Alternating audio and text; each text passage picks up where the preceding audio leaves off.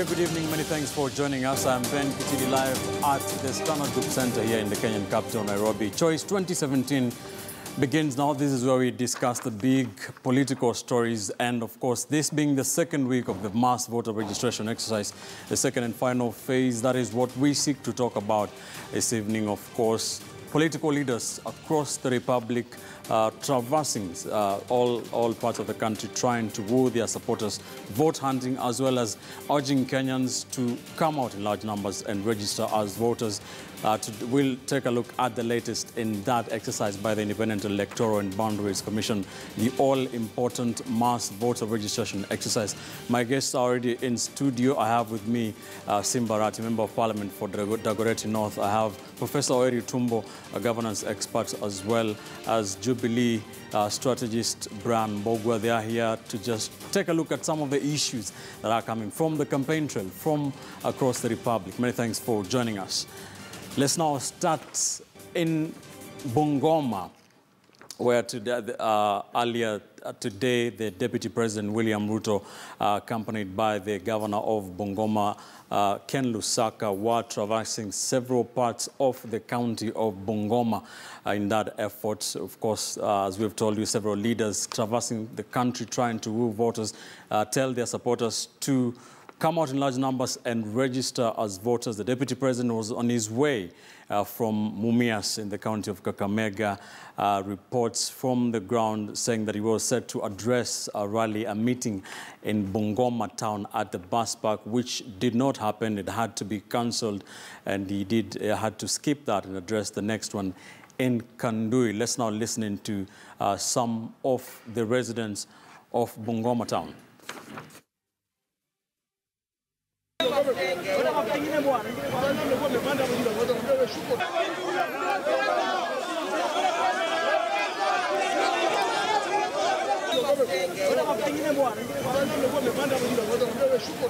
Kama wana Bungoma count, tumesema ya kwamba Bungoma is not for Jubilee, Bungoma is for NASA na code. Mtoto mwenye amerejesti kura inafaa pata kila mwisho wa mwezi shilingi 1000 kwa akaunti yake. Tuwezi register kura na tunatoka bure, wanyanya nyumbani wanahangaika bure. Ya sisi kama wana Bungoma huko tunasema Jubilee kando. Huko sisi kama Bungoma ni NASA. Tuna NASA kina Mudavadi, Raila, yani code mzima. Huko kina Ruto, kina Uhuru, huko amchukui, yani unaenda home, yani tumenasa. Well, a lot of drama in Bungoma town. Let's now, a lot of, it has been trending on social media, especially on Twitter, what happened in Bungoma. A lot of several stories, versions. Let's now bring in our correspondent in Western Kenya, that is Robert Wanyonyi, who is joining us live from Bungoma.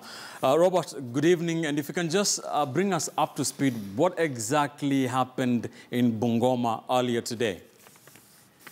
Good evening, Ketili. Then, in fact, what you have portrayed there is the correct position of what things happened here today, early in Bungoma, where after the Mumias rally, the Deputy President was expected to arrive in Bungoma town, where there was some arrangement for him to address a rally at the bus park. But contrary to what has been reported maybe on the social media, that section of the media that he was heckled, no, that is not the position, because he did not come to Bungoma. Afterward, went to his organizers and handlers that the situation was not very good, as you have shown there in the story, because some groups of people, youth emerged there to stop the organizers from arranging for the visit by the Deputy President. And when the police now arrived there, when they were attempting to burn the Jubilee banners that are on the billboards in town, and then the word came there again that the Deputy President would not be addressing the rally that was planned for the bus park, but instead he used the Mateka, Mayanja route, then addressed another rally at Kandui market, then Bukembe market and Madisi market on the way to Eldoret. That was the situation then. Robert, some officials from the county government of Bungoma, Lusaka's office, are saying that Deputy President was not set to address a meeting in Bungoma town, but rather in Kandui as it happened. What do you say to that? I think according to the word and the communique that the media received earlier in the day that made the media also to wait, is that the deputy president was set to address the Baspak rally after the Mumias rally. It was planned that way, and even the members of the First Estate were waiting there. And now maybe they are trying to put it that way because of what transpired being an election year. You see that everybody has to come out with the best lines of defense. But what is the situation is that the rally that was planned for the Baspak had to be cancelled. And the indications were that the rally was supposed to be there because some Jubilee officials from Bungoma County were already on the ground trying to organize the day, the platform, and to receive the guests when the youth now emerged from nowhere and started a plan to disrupt the plans then. All right, Robert, before I let you go, we have also received some reports of a meeting between the Amani National Coalition leader Musalia Mudavadi and the Bungoma senator, the minority leader in the Senate, Moses Wetangula, about them, organizing and having joint rallies. Can you tell us more about that? Yes, Ben, I've just confirmed that the meeting has taken place, and you see, this comes only a day after Mudavadi was in Bungoma yesterday, where he had a church service at the Christ the King Cathedral, and also went around the county trying to mobilize the residents to register as voters. But Wetangula and all his allies were missing, conspicuously missing from his entourage. And I think David was informed by the elders who were with him that for him to make inroads, or maybe the position of his being spokesman for the Luo community to get that weight, he has to look for Wetangula to be on board. And that is why he promised that he will have to make it happen. And it has just come only 24 hours later that they have met. I think it is according to the advice of the elders. And it's not the only meeting that has taken place, because after Mudavadi's visit yesterday also, the gubernatorial candidate for Ford Kenya, Wycliffe Wangamati, also held another meeting with the ODM candidate, Alfred Hangati, where they agreed on a range of issues that are yet to be made public. So since yesterday's Mudavadi's visit, is that Bungoma has been a beehive of activity, and the leaders are having various meetings, and also the Jubilee Coalition are also having their own meetings. So it also underscores the need that maybe Bungoma might just provide the swing votes that any coalition might want before entering the larger Western region then. Many thanks, Robert. Robert Wanyonyi, our correspondent in Western Kenya, just giving us the lowdown on what has been happening in Bungoma town earlier today. Has been trending on social media. A lot of several sections of the media reporting that the Deputy President William Ruto was heckled. The correct position is that he did cancel a meeting in Bungoma town. This is a version that is still being denied by some sections, especially on social media. Western and Rift Valley coming out as very key or important areas for both sides of the political divide as they embark on that vote hunt, taking this opportunity to call out, to rally Kenyans to come out in large numbers and register as voters. And my guest again, Brian Mbugua, Jubilee strategist, Professor Eritumbo, governance expert, as well as Member of Parliament for Dagoretti North, Simba Arati. Thank you, gentlemen, for joining me on the program. Let me start with you, Mheshimiwa. Western Kenya has been subject of a lot of debate in the last few months, and we see it happening until today. Jubilee are said to have been making inroads. What do you say to what has been happening today, Deputy President? They are running into some trouble there.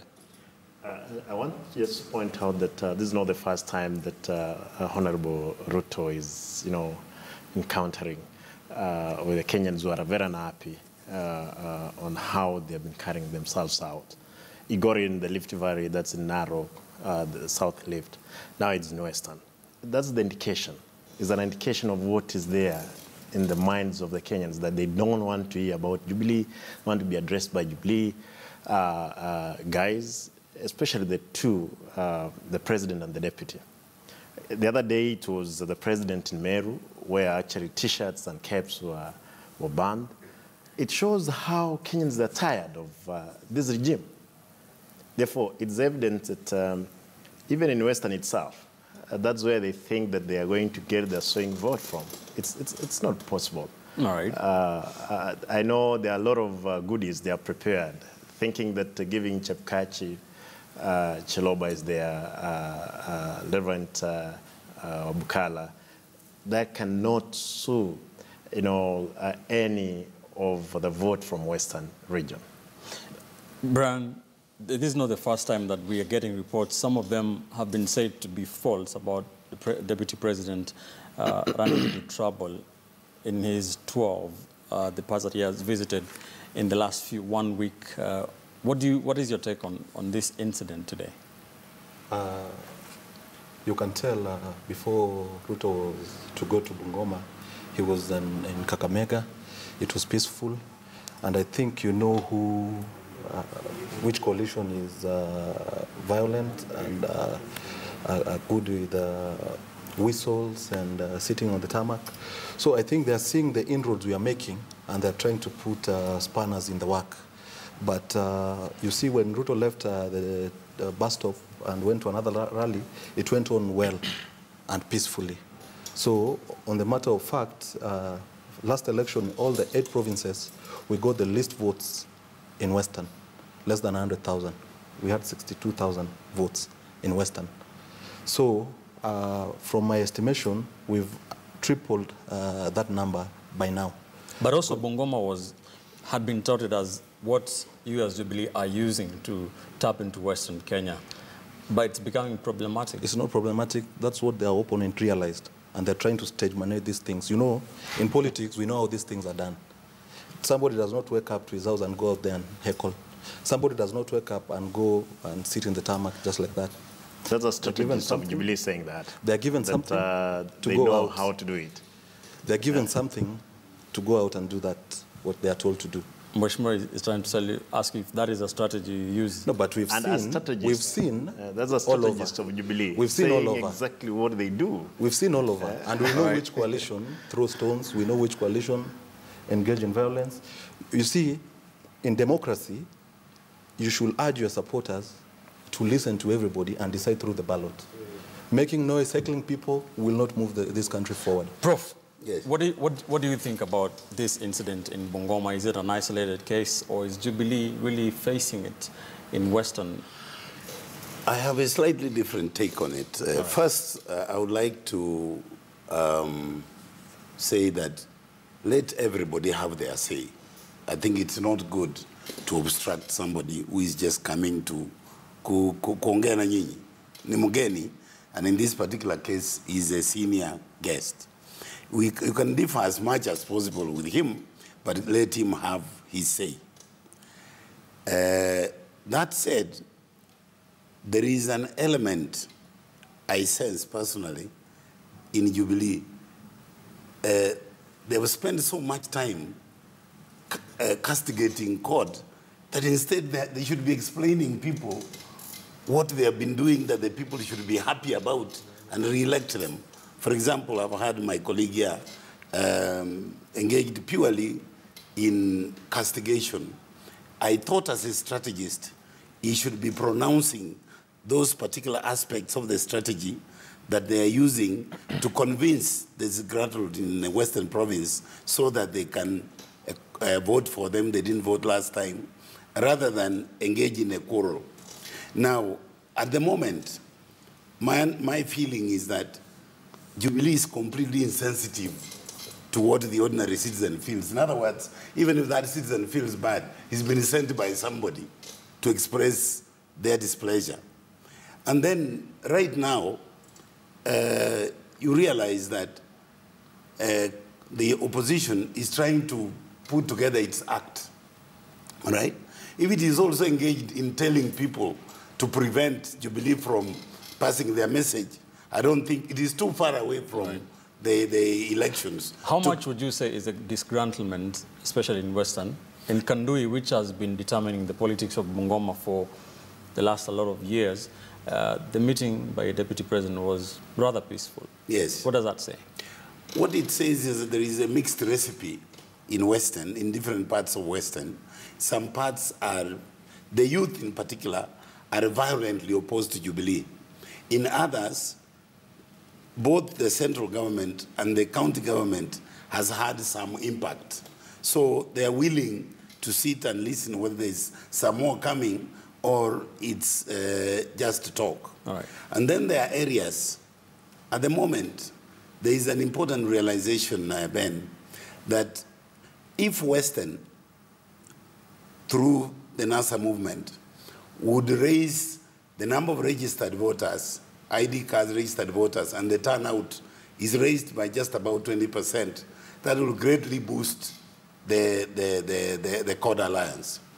That is why, at the moment, you can't blame Jubilee for making an effort to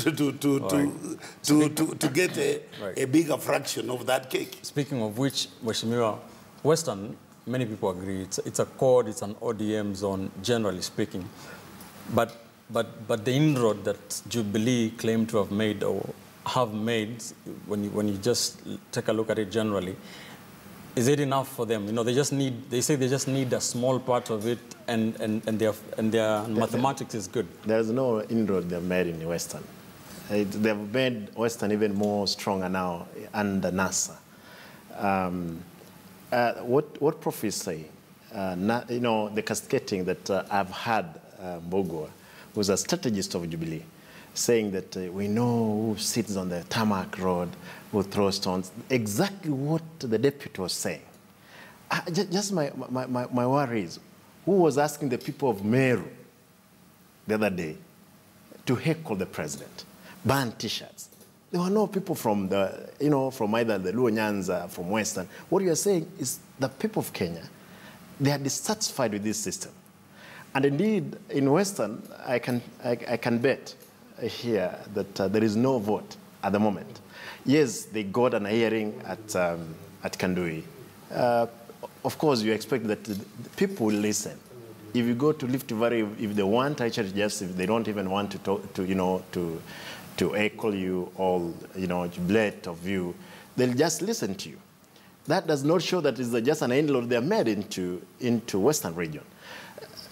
The big worry the Kenyans have is that this regime may not accept us to go into the elections because they are sure they are not going to penetrate in other part of the country, including central province. All right. All right, let's now, of course, let's take you to more of the leaders, the political leaders who have been visiting different areas of this country to, you know, mobilize Kenyans to register as voters. Earlier today, the Coalition for Reforms and Democracy CORD leader Raila Odinga was in the county of Homa Bay. Of course, he has been visiting Nyanza and several parts of Western. He was expected to go to Bungoma today, but we understand that he will be going to Bungoma in the later on in the week. But today he was in Homa Bay, of course, where he did speak about a lot of other issues, including the issue of the national identification cards, which has been coming out almost everywhere as leaders mobilize Kenyans to register as voters. Let's listen in. Bwana Kaiseri ameingia pale na amesahau yale ambayo alifundishwa. Kenya ni Wakenya wote. Wapinzani ni wale ambao wanaunga mkono Jubilee, wote ni Wakenya. All right, also in that meeting was the Member of Parliament for Mbita constituency in the county of Homa Bay, Millie Odhiambo Mabona, who also did talk about that issue of IDs. Nkaiseri has started intimidating chiefs, and they are intimidating Kenyans. We want to tell you that the price of freedom did not come easy, and we will not be intimidated by anyone. Raila Odinga is going to be president. As in the county of Homa Bay, in other parts of Kenya, in Ukambani, earlier today, the other co-principal of the Coalition for Reforms and Democracy, Kalonzo Musyoka, former vice president, was also on a tour of the lower eastern part of Kenya, also urging residents of Machakos on the way to Kitui to register as voters, accompanied by other leaders in that region as well.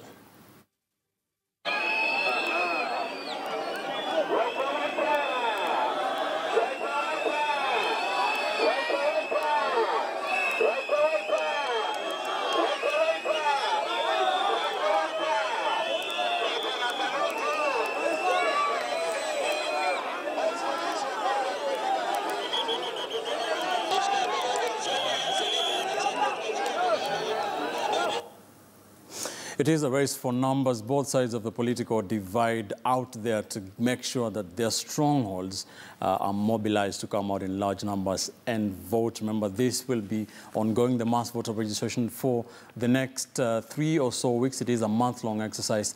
And then, of course, by the end of May, the IEBC will be making sure that it has its voter register in order. Bran, that issue of national identification cards has been talked about by all, but especially by the opposition leaders.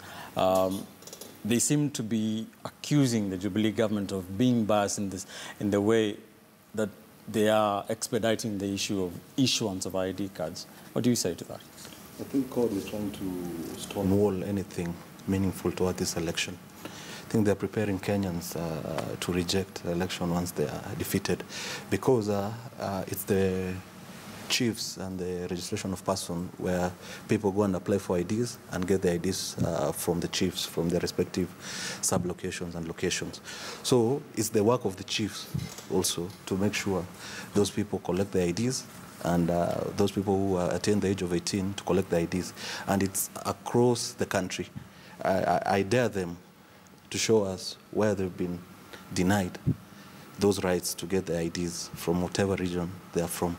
All right. It's false allegations. Mheshimiwa, the president did say issue an ultimatum to chiefs that the issuance of ID cards be expedited, but some opposition leaders have said that he only issued the order for his strongholds. I don't think he said that. What point is the opposition trying to make? No, the indication is clear that the president said it when he was in Central. You realize the president has gone even to the vernacular radio, FM radio station to urge the people from Central, actually speaking in vernacular for the first time, telling them that if you guys will not come out to vote, Raila will beat me in this game. Easily that the president is scared of Raila, is setting his own tribe against one Raila Amolo Odinga. Therefore, and that's the place that he went to ask people to actually ask the chiefs. He has not said in Nairobi, therefore he's giving indication. We know what the chiefs they are doing. We know the chiefs of Nairobi, they have been called by the provincial, I don't know, the so-called the regional coordinator. Categorically, the lady told them that Jubilee must win. It can't win if people have said no. What you're saying is that why can't they issue those ID cards that have been in the registrar person's desk for this all long? When the president has realized that there is nothing he's going to ride on into election, as it was 2013, now the only thing, and he realizes the time has come to, the time is not on his side, the period in which it's many is just that short. We know well, it's not the opposition which is setting the stage. Allow me to ask you this, Mheshimiwa. What the president today was in Laikipia and Nyeri, his so-called stronghold. The CORD leader Raila Odinga was in Homa Bay. They are doing the same thing. What do you say? But you see, the president, we expected that the president, who happens to enjoy the majority vote from the countryside, the last place where he will go to and even walk into the vernacular, the astonishing, event of the president of the country going into the vernacular for the first time in the history of the country, urging his own tribe to come out, and it was clear that they come out to defeat Raila. Let's talk about that. Brian, before I come to you, Prof, I want to hear what Brian has to say. It has been talked about a lot when the president went on a vernacular radio station and spoke in vernacular. Is the president supposed to speak in vernacular? The president is first the president of Kenya and also the party leader of Jubilee. And this is an election year. And he comes from Gatundu, of course. And he comes from Gatundu, and he speaks Kikuyu. You don't expect him to go to Kakamega and speak Kiluya. He'll speak Kikuyu. And you see, politicians are helping IEBC in mobilization of Kenyans to register as voters. If the president is talking to the people of Central because he's going to Central Kenya, you can use any media whatsoever to make sure those people get the message, number one. Number two, when you talk of president strongholds, Central Kenya is one of them. And as a politician, he has to get his votes in whatever means. All right. CORD want us to mark time as they do the politics. It's not the first time the president is speaking in Kikuyu. He goes to rallies in Kiambu and speaks in Kikuyu. Same to you guys. You go somewhere where majority of the people speaks that particular language, you talk to that language. It's not rocket science. Even me in my house, I also speak in Kikuyu. Let's talk about, Prof, let's talk about that particular incident. And it's important to tell our viewers that the day that the IBC was launching that mass voter registration, the Nairobi program was for the regional leaders. Governor Evans Kidero and the president went to his strongholds. Is there anything wrong with what the president did,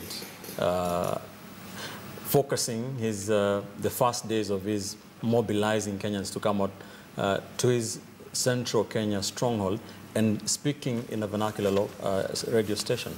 No, I don't think there is anything wrong with him speaking in his language. Yeah. You see, this period is in political survival mode. And the president's primary obligation is his ethnic group that got him into power. All right? Nobody else got him into power except those people. So they are his first line of defense. Politically, you can understand where he's coming from. He's saying that if you do not do what you did last time better than you did it, I'm in trouble. Now, clearly, the opposition will not be laughing at it. But if you look at it also at the same time, when Raila is in Kisumu and is putting some emotional point, he normally speaks in the Luo. All right? And you saw what was happening in Kakamega. The Luya speak Kiluya whenever it's convenient. For me, speaking the language alone is not really a problem. But what I want to say is this. It is extremely important for us to appreciate the fact that one of the nicest things to belong to in this country is a tribe. Because belonging to a tribe defines how you access national resources and privileges. Right.